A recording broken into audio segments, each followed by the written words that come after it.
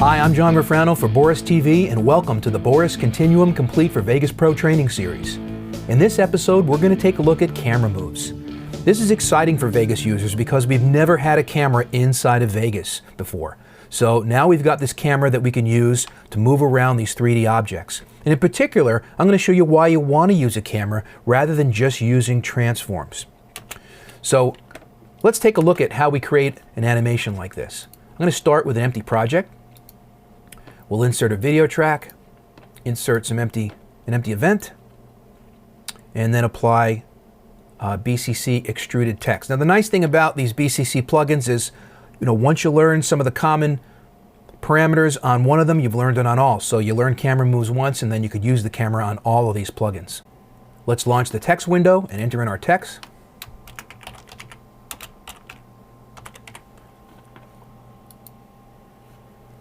Give it a second to render. Okay, now I just want to change the extrusion because I like a little smoother bevel. We'll use the convex bevel. We'll add a front material.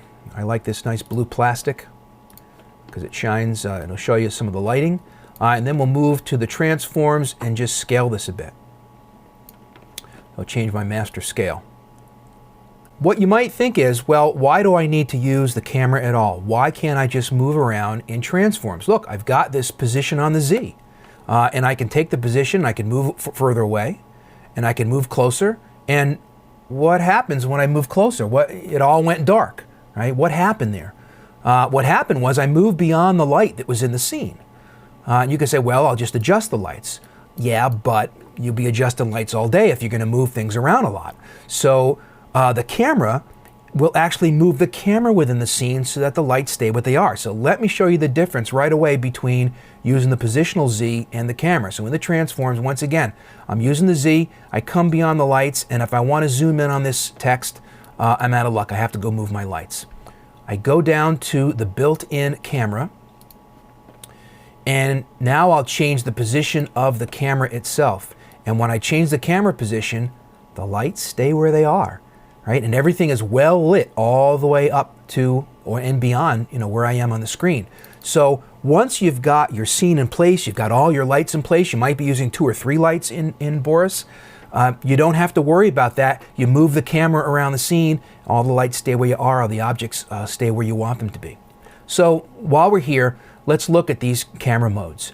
There are 3 modes for using the camera, 3 models. There's a position, an orbit, and a pan camera. They can only be used one at a time. You'll notice when position is selected, you get this first set of parameters. The rest of the parameters are grayed out. When you select orbit, you enable the next set of parameters for orbit, and the final 2 are grayed out. And then when you select the pan camera, everything except the final 2 are grayed out. So let me take them in reverse order as long as we're here with the pan camera. The pan camera is a true pan. It's as if you were sitting on a tripod, and so as you move left and right, it's not dollying the camera or trucking the camera left and right, it's really panning the camera on a positional point. The pan distance is how far away you are from the object, but when you pan, it still pans across the object, right? We're still panning as if we are in on this tripod, panning the camera. So if you want to do that kind of move, then you want to use the pan camera. Next is the orbit camera. The orbit camera has an orbit radius. So this is going to orbit around the object. It has an orbit radius so that you can move further away. And actually what you're doing is increasing the radius, right? So by increasing the radius that the camera moves, you obviously have to move the camera back to get a bigger radius. And then you use tumble, which is moving the camera along the X. You use spin, which is moving the camera along the Y. And you use rotate, which is moving the camera along the Z. Now, you might say, well, what's the difference here? I'm looking at this. Notice that we have highlighting on the left. Now, if I were to actually rotate this, again, we'll go up to the transforms, and I'm going to do rotate on the Z. And you'll notice that now the O in the moves is highlighted because I'm physically moving the object, and so the lighting affects it differently. But when I spin the camera and I rotate the camera, watch this highlight over the M. Now I'm going to rotate the camera and Oh, the highlight is still over the M because actually I'm now upside down on my head with the camera, right? I've now rotated the camera so that the camera's upside down, but the lighting is in the same place. So these are the subtle differences between moving the camera and actually moving the object with the transforms. So this gives you this nice orbital view of things. Last, we'll go to the position camera. That has the most choices. And so every one of these has a zoom. There's a zoom up to 10x, which is a regular zoom in, like you zoom with your zoom lens, as opposed to position, which is dollying the camera forward and back, or the position X and Y, which is trucking the camera left and right. And position as well is positioning the camera physically closer or further away from the object. Now with that, we've got the camera orientation. And there are two styles of orientation. There's free orientation and there's target orientation. And so when we have free orientation, we've got tumble, spin, and rotate, which are kind of like X, Y, and Z. If I tumble the camera, and I'm holding my control key as I move these so I get very subtle movements, you'll notice as I tumble the camera down, the object seems to move up in the scene. As I tumble the camera up, the object seems to move down in the scene. I'll double click to zero that out. Same thing with spin.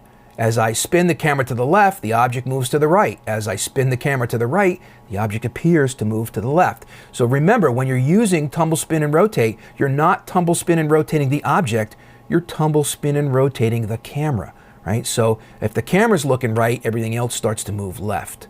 And the same thing for rotate, right? This is rotating the camera around the object. And once again, highlight stays where it is because I'm still physically rotating this camera. The other option I have is target. When target is invoked, these three get grayed out and the target indicator opens up. And then the target indicator is kind of the same thing, but I get to say where I'm going to place my camera.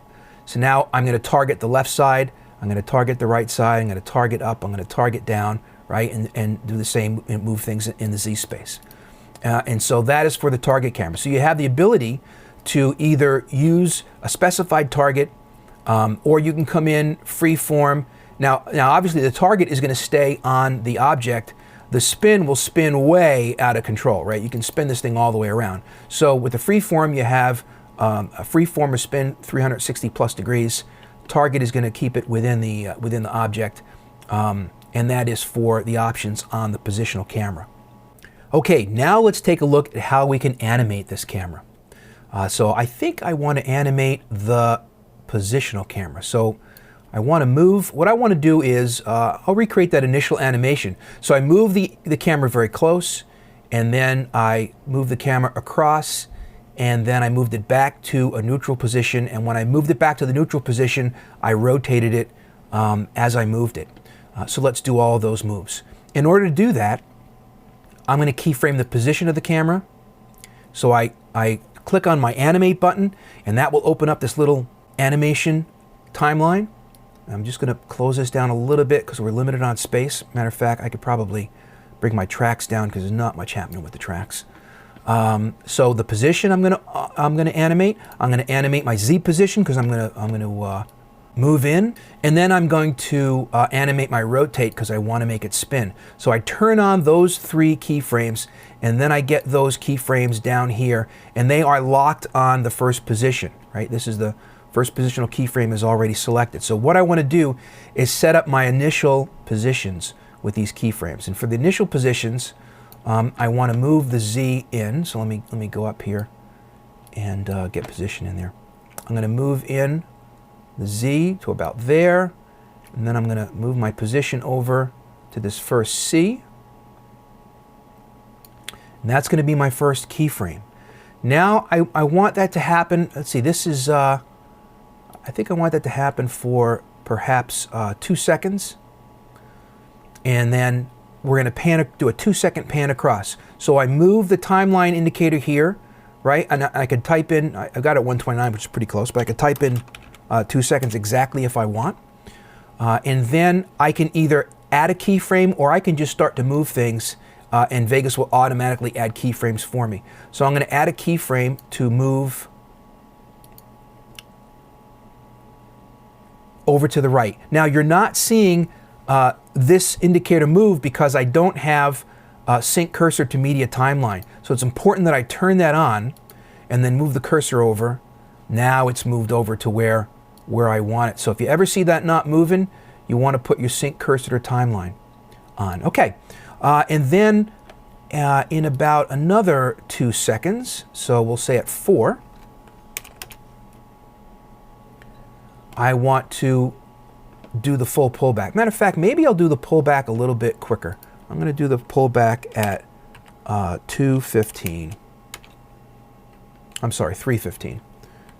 Right, a minute, second and a half. So now what I want to do is I want to make sure I have keyframes for all these. So I want to go back here and create a position keyframe because I forgot to do that. So position, click the plus. I want to go down to rotate and click the plus. So I want to make sure I've got keyframes. I don't want the position and the rotate to change from the first to the second. Then I want to move over to the next set of keyframes. And we said we're going to have those at 3:15.